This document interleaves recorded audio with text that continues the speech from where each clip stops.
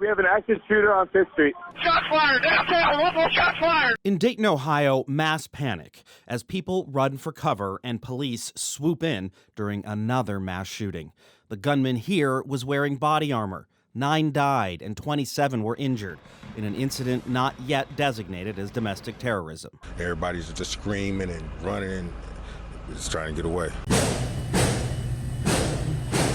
Run, Mija, run! In El Paso, Texas, 22 died and 26 were injured following an attack at a Walmart on the border. The shooter is believed to have posted an online manifesto calling the attack a response to the Hispanic invasion of Texas. The DOJ is investigating this shooting as an act of domestic terror, a type of crime the FBI's Assistant Director for Counterterrorism told Congress just this May is a growing threat to the nation. In fact, there have been more arrests and deaths in the United States caused by domestic terrorists than international terrorists in recent years. But while local police in El Paso will continue to take the lead in the criminal investigation, Scott Anderson of the Brookings Institution says pursuing a domestic terrorism investigation opens up a much broader inquiry now, with more resources that will look for wider threats.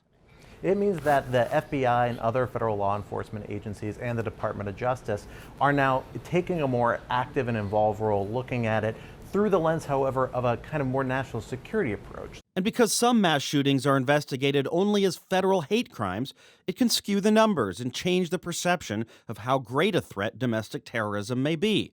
For instance, the recent mass shooting at the Tree of Life Synagogue in Pittsburgh and the 2015 shooting at an African-American church in Charleston were categorized by the DOJ as hate crimes, but not as acts of domestic terrorism.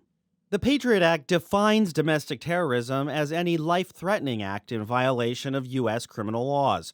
If the act appears to be intended to intimidate or coerce a civilian population, to influence the policy of a government by intimidation, or to affect the conduct of a government by mass destruction, assassination, or kidnapping within the U.S.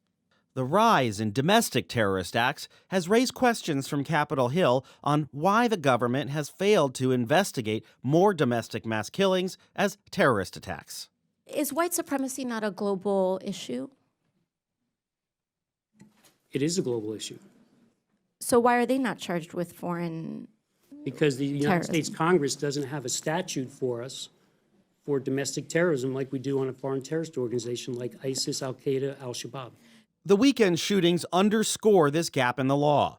Federal prosecutors can bring international terrorism charges against supporters of ISIS or other foreign groups, but there's no comparable domestic terrorism law for people who target immigrants or blacks or Jews in the U.S. And it's something the federal government acknowledges is a real danger from anti-government and extremist groups, particularly white supremacists. At DHS, white supremacist extremist violence is a huge issue and one that we need a whole of community effort for. I mean, it's been the ideology that's motivated a number of those faith-based attacks that we've been talking about. Should federal prosecutors be able to charge people with domestic terror or not, and why? I tend to think there is a pretty good case for saying we need to have a fairly specific, carefully articulated federal cause of action, or criminal cause of action, to say we are going to allow federal law enforcement to go over after specific violent acts that have this motivation, that have this nexus to domestic terrorist activity. It would also send the message that this really is of national importance, of national priority. Exactly right.